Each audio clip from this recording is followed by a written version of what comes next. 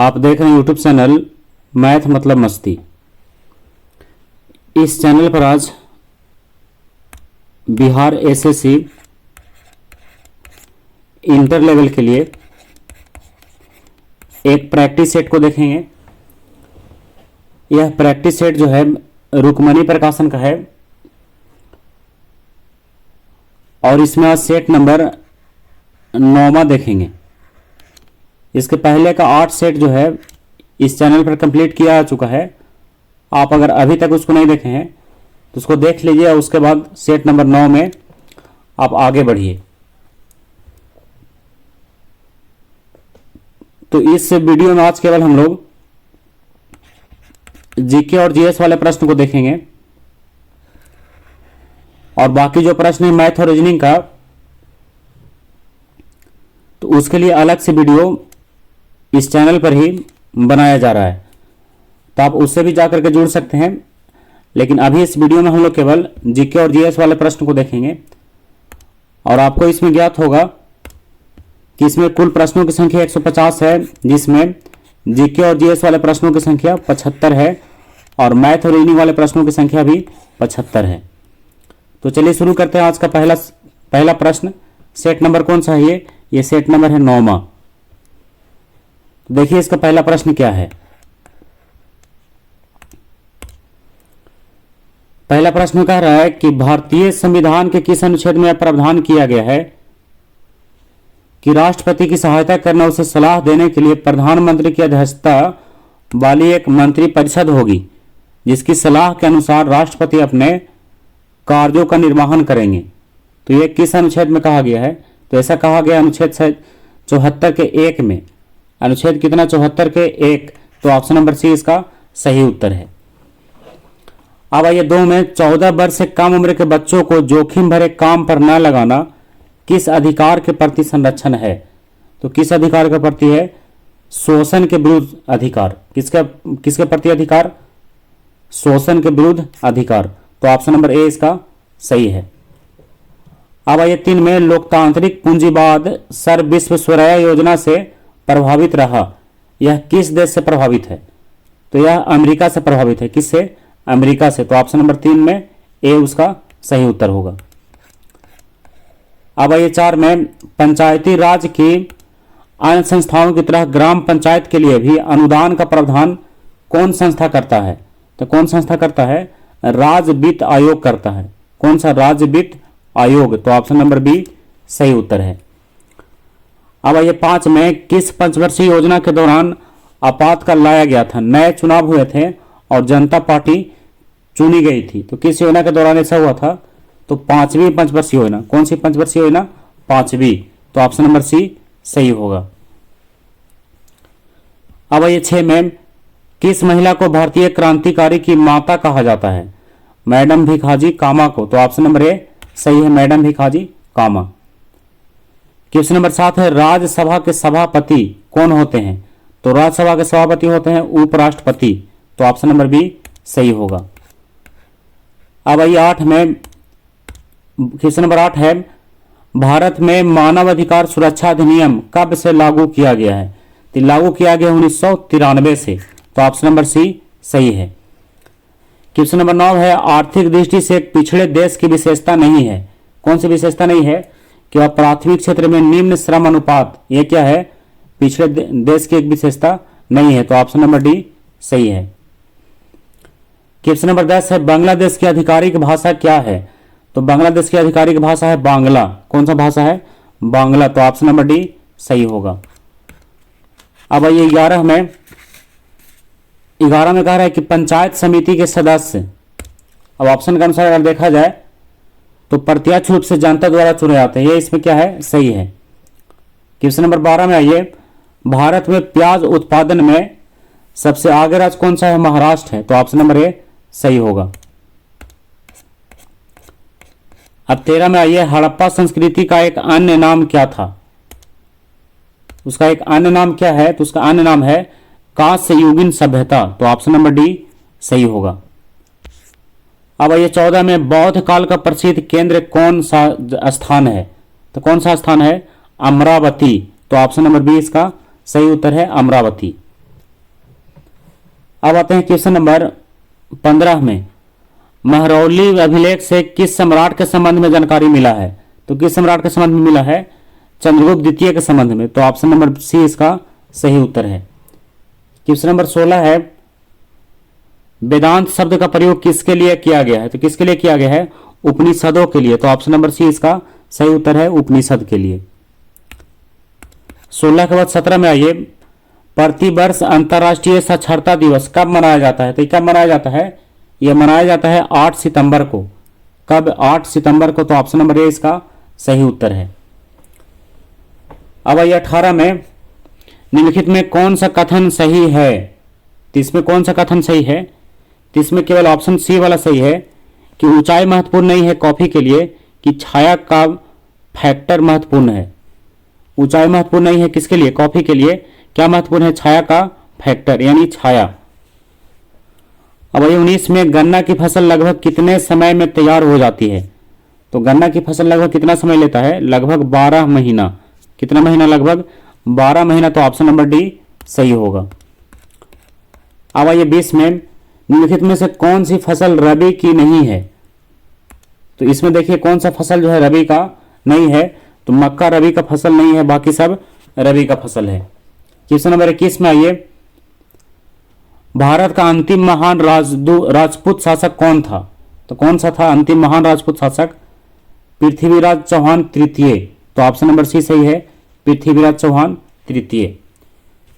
Question number 22 है, निम्नलिखित में से किस शासक ने दासों के रख रखाव के लिए एक अलग विभाग की स्थापना की थी? तो किसने किया था? फिरोज शाह तुगलक ने। तो ऑप्शन नंबर बी इसका सही उत्तर होगा, फिरोज शाह तुगलक। क्वेश्चन नंबर 23 है, सहायक संधि को निम्नलिखित में से किस राज्य ने स्वीकार नहीं किया? तो किसने स्वीकार नहीं किया? मैसूर ने। तो ऑप्शन नंबर ए सही होगा। अब 24 में आइए, वह कौन सी घटना थी जिसके बाद महात्मा गांधी ने ब्रिटिश सरकार के विरुद्ध अपना सर्वप्रथम असहयोग आंदोलन शुरू किया था? तो कौन सी घटना था? रॉल्ट एक्ट कानून, यानी रॉल्ट एक्ट। तो ऑप्शन नंबर बी सही है। अब 25 में आइए, किस भारतीय महिला के नाम पर अंतरिक्ष में एक अंतरिक्षयान का नाम रखा गया है? तो किसके नाम पर? कल्पना चावला के नाम पर। तो ऑप्शन नंबर सी सही उत्तर होगा, कल्पना चावला।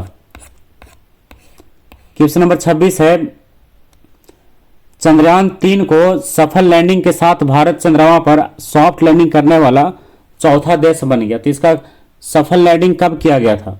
इसका सफल लैंडिंग कब कराया गया? 23 अगस्त 2023 को। तो ऑप्शन नंबर सी सही होगा, 23 अगस्त 2023। क्वेश्चन नंबर 27 है, 24 जुलाई 2023 को राष्ट्रपति द्रौपदी मुर्मू द्वारा लाइफ टाइम अचीवमेंट के लिए राष्ट्रीय भू विज्ञान पुरस्कार 2022 किसे पर दिया गया है? तो ये किससे दिया गया है? डॉक्टर ओम नारायण भार्गव को। तो ऑप्शन नंबर ए सही उत्तर है। अब 28 में आइए, भारत सरकार ने किस वर्ष तक देश के कालाजार को खत्म करने का लक्ष्य रखा है? तो किस वर्ष तक रखा है? 2023 तक। तो 2023 जो है अब समाप्त होने वाला है। तो ऑप्शन नंबर सी इसका सही उत्तर होगा। अब 29 में आइए, थॉम्स कप किससे जुड़ा हुआ है? तो ये किससे जुड़ा हुआ है? ये जुड़ा हुआ है बैडमिंटन से। तो ऑप्शन नंबर सी सही है। क्वेश्चन नंबर 30 है, जून 2023 में रिसर्च एंड एनालिसिस विंग के प्रमुख किसे नियुक्त किया गया? तो किसे नियुक्त किया गया है? रवि सिन्हा को। तो ऑप्शन नंबर बी सही है, रवि सिन्हा। क्वेश्चन नंबर 31 है, विश्व का सर्वाधिक घनी आबादी वाला प्रदेश कौन सा है? तो यह दक्षिणी पूर्वी एशिया। तो ऑप्शन नंबर ए सही होगा। अब 32 में, यह भारतीय वन सर्वेक्षण का मुख्यालय कहाँ है? तो इसका मुख्यालय है देहरादून में। कहाँ है? देहरादून। तो ऑप्शन नंबर सी सही होगा। और भारतीय आलू अनुसंधान केंद्र का मुख्यालय कहाँ है? शिमला में है। चावल अनुसंधान केंद्र का कटक में है। तंबाकू अनुसंधान केंद्र का राजमुंदरी में है। नमक अनुसंधान केंद्र का भावनगर में है। तो इतना आप जरूर ध्यान रखिएगा। अब आइए 33 में, जब पवन पृथ्वी के घूर्णन के कारण अपनी दिशा बदल लेती है तो निम्नलिखित में से इसे किस नाम से पुकारते हैं? तो किस नाम से पुकारते हैं? तो इसका पुकारू नाम क्या है? भूक्षेपी पवन, भूविक्षेपी पवन। तो ऑप्शन नंबर बी सही होगा।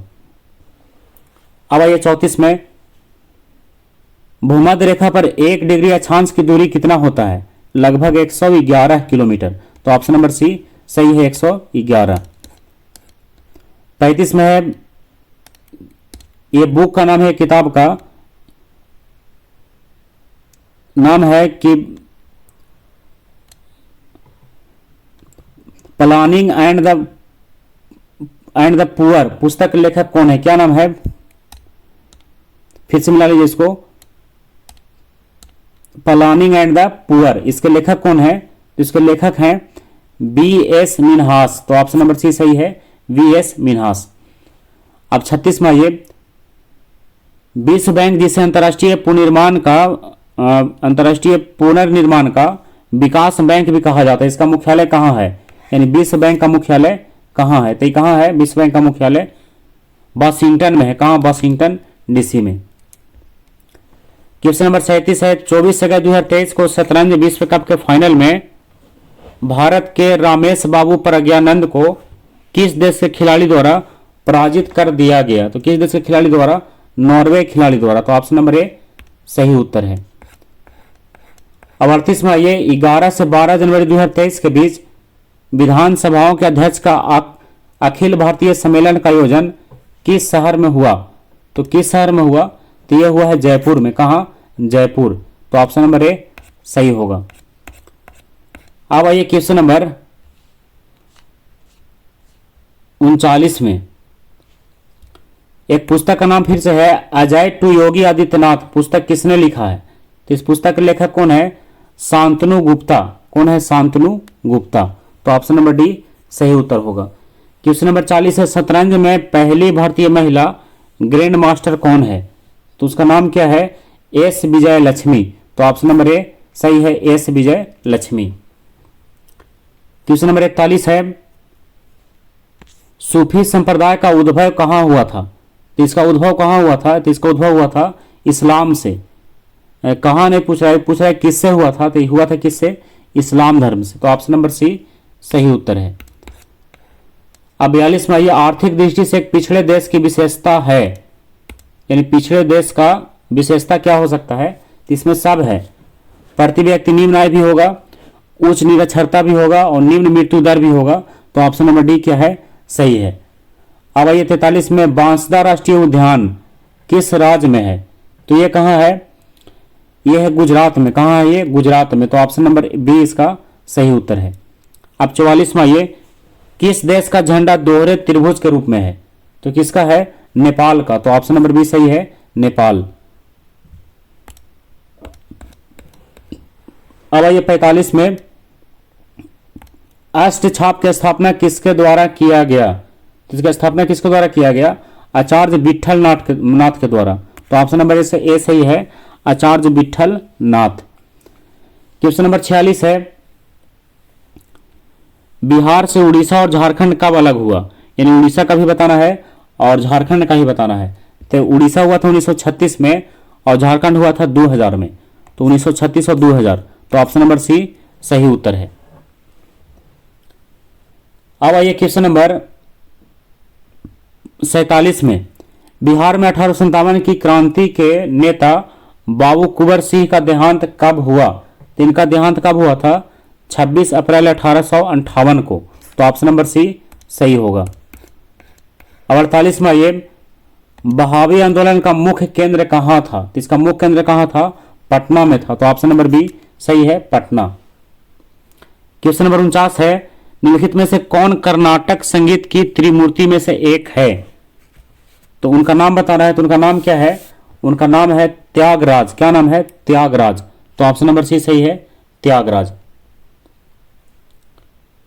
तिनके जो यहां पर कह रहा है कि कर्नाटक संगीत के ये त्रिमूर्ति का जो नाम दे रहा है, इसमें तो एक हो गए त्यागराज और दो और का नाम है मधुस्वामी दीक्षितार और श्यामा शास्त्री, और एक हो गए त्यागराज। तो इसमें क्या है, ये तीनों का सम्मेलन है। अब आइए 50 में, बिहार राज्य के किस जिले का जनसंख्या घनत्व सबसे अधिक है, तो सबसे अधिक कहां का है, शिवहर का है। सबसे अधिक कहां का है, शिवहर का। तो ऑप्शन नंबर इसका बी जो है सही है। क्वेश्चन नंबर 51 है, यदि चंद्रमा पर बम विस्फोट हो तो उसकी आवाज पृथ्वी पर कितने समय बाद सुनाई दे सकता है? तो कब सुनाई देगा, कितने समय बाद? तो इसमें देखा जाए तो 10 मिनट, 20 मिनट, आधा घंटा, इनमें से कोई नहीं है। तो इसमें सही उत्तर कौन सा होगा? इसका सही उत्तर इनमें से कोई नहीं। तो सुनाई कब देगा?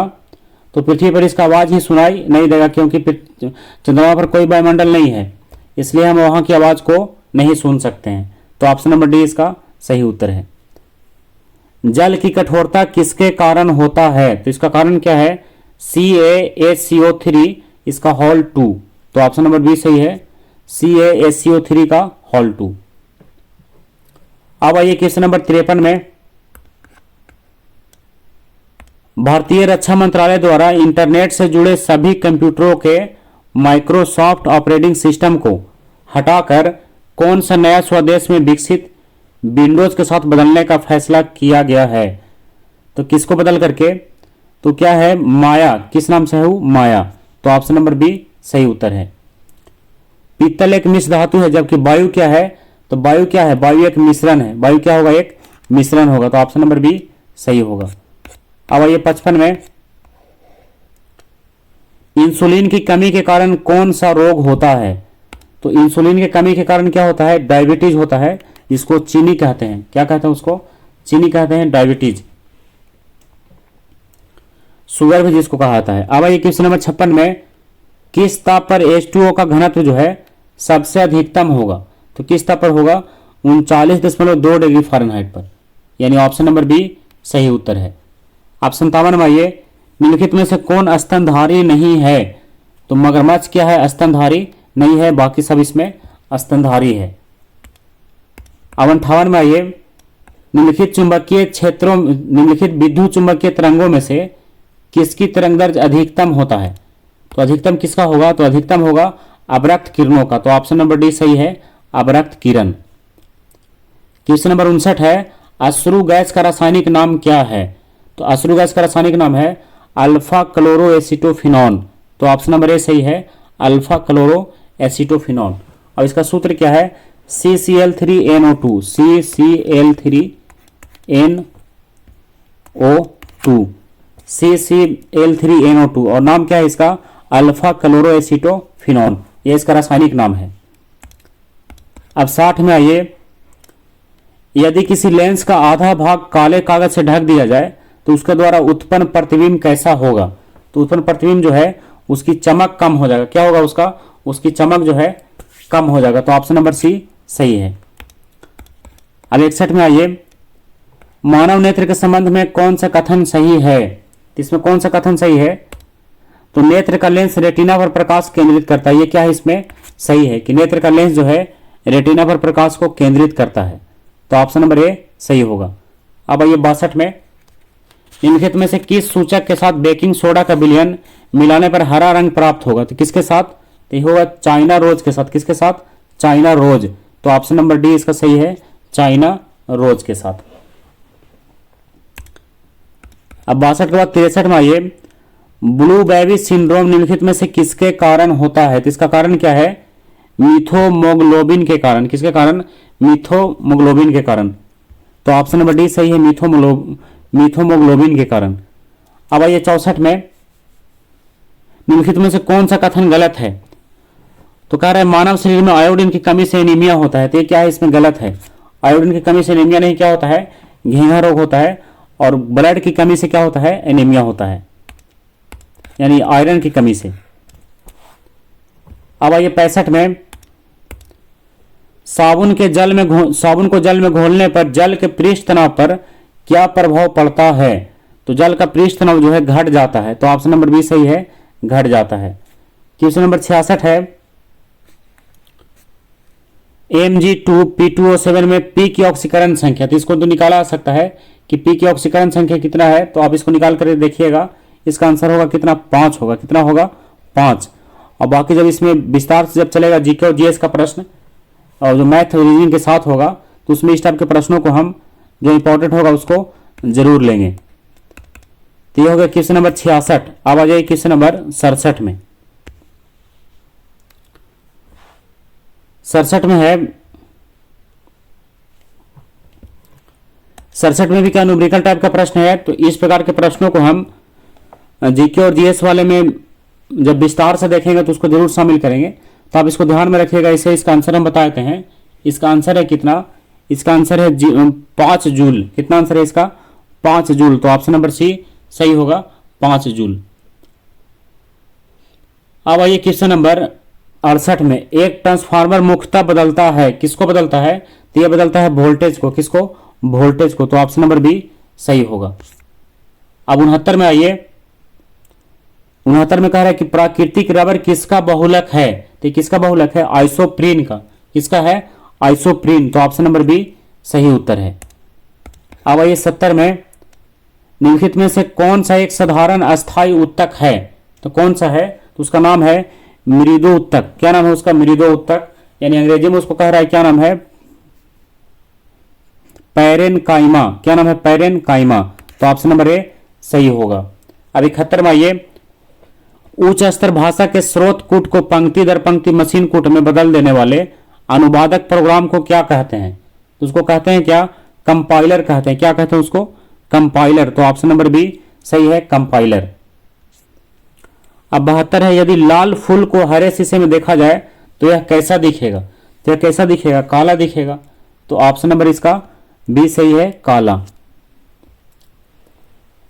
अब आइए क्वेश्चन नंबर 73 में,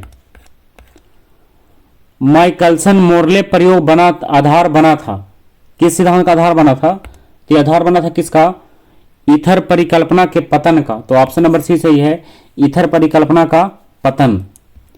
74 में आइए, एक डायोड के बारे में कह रहा है कि क्या होता है, तो एक डायोड जो है केवल एक ही दिशा में चालन करता है। तो ऑप्शन नंबर ए सही है कि केवल एक ही दिशा में चालन करता है। क्वेश्चन नंबर 75 है, डीएनए में प्यूरिन क्षार है, तो डीएनए में जो प्यूरिन क्षार है उसके बारे में बताना है। तो ये क्या है, एक एडेनिन और गुआनिन है। क्या होता है, एक एडेनिन और एक गुआनिन। तो ऑप्शन नंबर बी सही है, एडेनिन और गुआनिन। तो इस प्रकार आज के वीडियो में हम लोग क्वेश्चन नंबर 1 से लेकर के और क्वेश्चन नंबर 75 तक जो जीके और जीएस का प्रश्न था उसको हम लोग कंप्लीट कर चुके हैं, जीके और जीएस वाले प्रश्न को। और बाकी मैथ और रीडिंग वाले प्रश्न के लिए अलग से वीडियो चल रहा है, उससे आप जुड़ जाइए तो आपका वो भी क्या हो जाएगा, कंप्लीट हो जाएगा। और इसको में हम बताए हैं आप लोग को, पिछले वीडियो में बताए थे कि यदि आप जीके और जीएस को और अच्छा से कंप्लीट करना चाहते हैं तो उसके लिए आप स्पीडी को जरूर पढ़िए। किसको, स्पीडी, जो रेलवे के लिए स्पेशल होता है, लेकिन आप बिहार एसएससी के लिए भी उसको कंप्लीट कर सकते हैं।